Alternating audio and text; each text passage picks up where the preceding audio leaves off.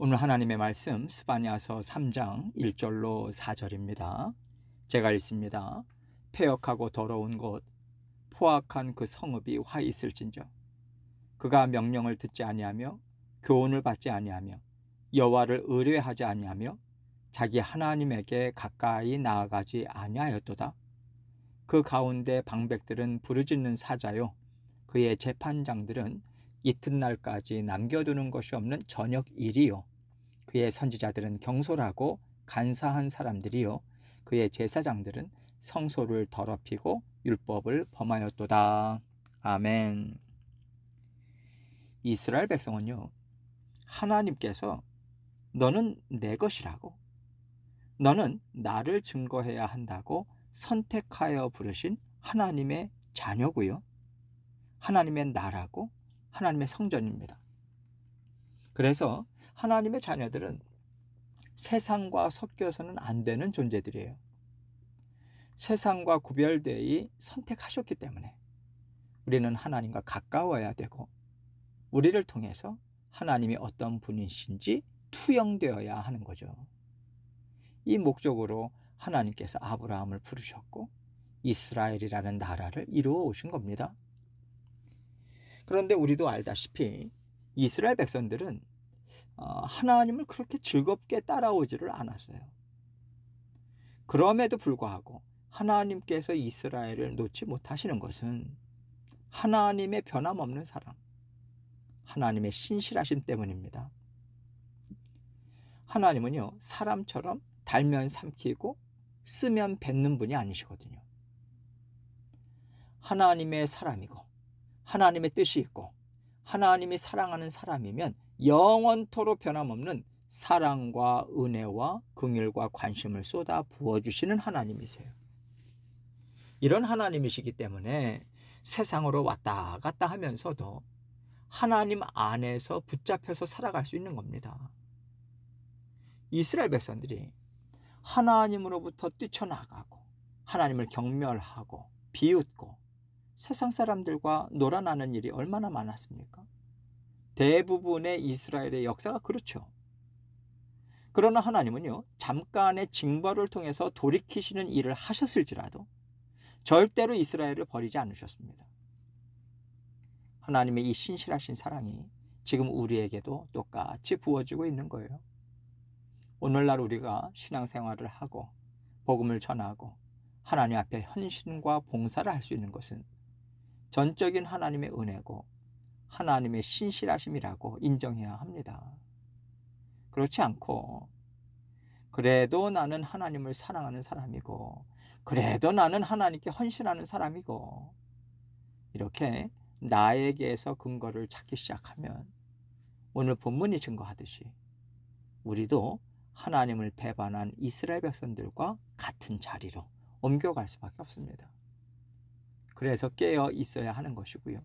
그래서 나 자신을 괜찮은 사람으로 보지 않으려고 엄청 애를 써야 하는 것이죠. 하나님께서 이스라엘 백성들을 어떻게 보시는지 오늘 본문을 통해서 볼 수 있는데 사실 이것이 우리의 진짜 모습이기도 합니다. 하나님께서 십자가 보혈로 덮어주시니까 이런 모습이 없는 사람처럼 취급해 주시고 우리가 자유롭게 살 수 있는 거예요. 하나님께서 이스라엘 백성들을 통해서 우리의 진짜 모습에 대해서 어떻게 말씀하시는지 보시겠습니다. 1절입니다. 폐역하고 더러운 곳 포악한 그 성읍이 화 있을진저. 여기서 성읍은요, 예루살렘 성읍을 얘기하는 건데 이 예루살렘 성읍, 이것은 이스라엘 나라, 모든 이스라엘 백성들을 상징적으로 표현하고 있는 거예요. 세상과 구별되고 하나님에 대한 열심과 찬양과 영광이 풍성하게 드러나 보여야 하는데 폐역하고 더러운 곳이라고 얘기하고 있어요. 하나님을 반역하고 못되고 쌍스럽게 하나님을 경멸하고 비웃고 못된 짓이란 짓은 다 하면서 하나님을 불경스럽게 대했다. 이렇게 진상을 하나님께서 폭로하고 계시는 거예요. 그 포악한 성읍에 화가 있을 거라고 말씀하십니다. 하나님이 미워하시는 짓은 다 골라서 하니 하나님께서 약속하신 복과 저주 중에서 무엇을 받겠습니까? 당연히 저주가 임할 수밖에 없는 거고요. 하나님은 이미 그들에게 주신 약속을 근거로 해서 말씀하시는 거죠. 그저 감정에 복받쳐서 즉흥적으로 말씀하시는 게 아닙니다. 2절입니다. 그가 명령을 듣지 아니하며 교훈을 받지 아니하며 여호와를 의뢰하지 아니하며 자기 하나님에게 가까이 나아가지 아니하였도다. 이스라엘이 이토록 패역하고 더러운 곳, 포악한 곳, 저주를 받는 곳이 된 이유가 무엇인가? 하나하나 나열하고 있는데 먼저 하나님의 명령을 듣지 않았다고 얘기합니다. 여기서 명령은요, 하나님의 말씀, 언약의 말씀을 말해요. 하나님과 이스라엘 백성들과의 관계는 항상 언약을 중심으로 맺어져 있다는 것을 알려주는 거죠. 하나님께서는 아브라함과 이삭, 야곱, 그리고 이스라엘 백성들과 언약을 체결하셨고요. 그 언약을 통해서 관계를 지속적으로 이어가십니다. 언제나 언약의 말씀을 근거로 해서 일을 하시는 하나님이세요. 우리와도 언약을 맺으셨죠.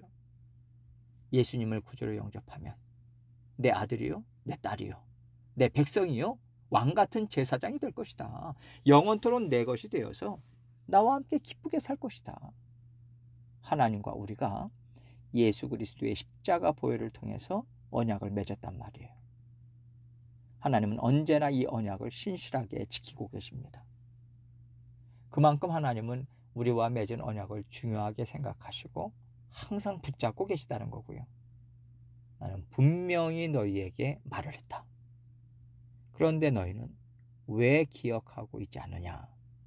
나는 분명히 약속을 기억하고 있다. 이런 뜻으로 명령이란 표현을 쓰신 거예요. 교훈을 받지 않았다고 합니다. 우리의 신분이 하나님의 자녀요 왕같은 제사장으로 바뀌었다면 그 신분에 맞는 생각, 지혜, 능력, 성품 이런 것들을 가져야 되잖아요. 그러려면 하나님의 교훈, 가르침을 받아야 하는 거죠. 하나님 말씀을 듣고 생각하고 이해하고자 애쓰고 여쭙고 따라가고 삶 가운데 실천하는 것이 필요하다라고 하는 건데 그 교훈을 가르침을 받지 않았다는 겁니다. 하나님을 닮아가려고 하지 않았다. 하나님 뜻에 무관심했다는 얘기인 거죠. 그러면 어떻게 살았을까요? 세상으로부터 가르침을 받으면서 살았던 거죠.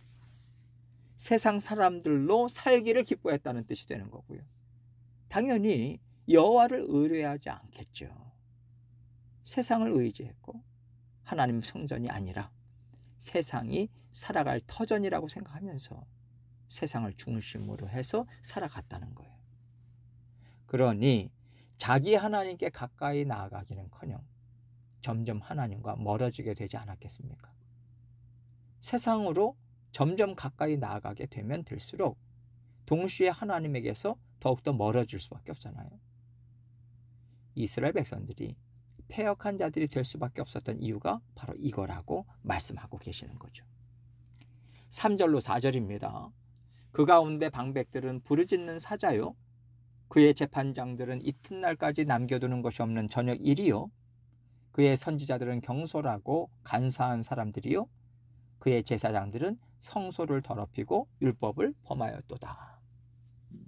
지금 3절과 4절 말씀은요, 패역하고 더럽고 포악한 하나님 백성들의 실상을 보여주고 있는 거예요. 방백들은 부르짖는 사자예요. 지도자들은 부르짖는 사자래요. 왜 부르짖겠습니까? 자신의 힘과 권위를 드러내는 거죠. 아무도 자기를 공격할 수 없게 동물의 왕으로서의 군림하는 모습과도 같다고 얘기하는 거예요. 재판장들은 이튿날까지 남겨두는 것이 없는 저녁 일이라고 합니다. 재판하는 사람들이 꼭 지켜야 하는 것이 뇌물을 받지 않는 거죠. 뇌물을 받으면요, 재판이 굽게 될 수밖에 없는 거예요. 공정함과 의의를 갖추고 있어야 되는데 이들을 저녁 이리에 비유하고 있어요. 이리는요, 식욕도 왕성하고요. 원하는 먹이가 있을 때는 물불 안 가립니다. 포악하게 달려들어서 개걸스럽게 다 먹어치우는 짐승이에요. 자신이 하는 일이 얼마나 악한지. 이것 때문에 다른 사람의 인생이 망가지고 죽음에 내몰리게 될지라도 이런 것들이 아무 상관이 없는 거예요. 그저 내 배만 채우면 된다. 이런 짐승과 같다고까지 하나님은 얘기하시는 거죠. 선지자들은 경솔하고 간사한 사람들이요, 그의 제사장들은 성소를 더럽히고 율법을 범하였도다. 선지자는요, 하나님께서 백성들에게 필요한 말씀들을 주셨을 때 그때그때마다 전해주는 일꾼들이에요.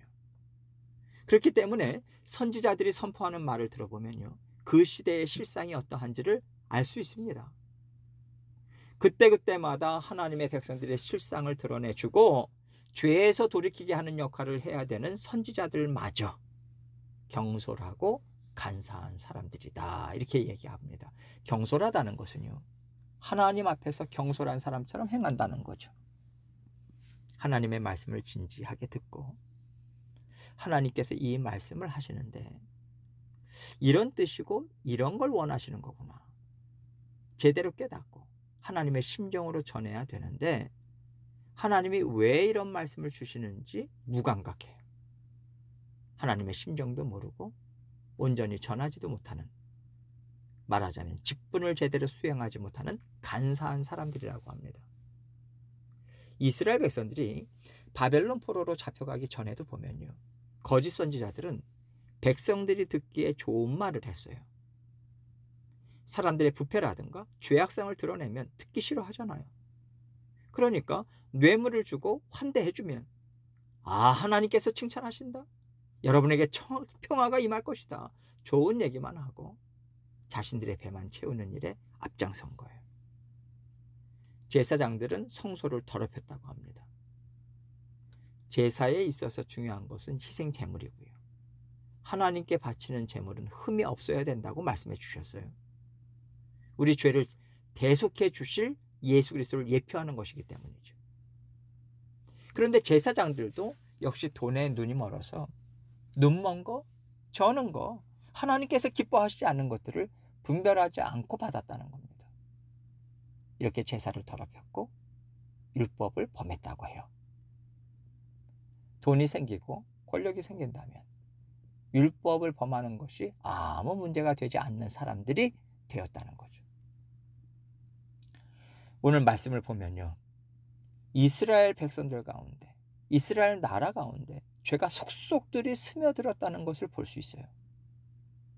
오늘날 우리가 세상을 살아갈 때도 보면요, 정치인들이 썩었다, 성직자들이 썩었다, 이런 얘기들을 많이 합니다. 그러면 우리 자신은요, 일반 성도님들은, 백성들은, 국민들은 그런 모습이 없을까요?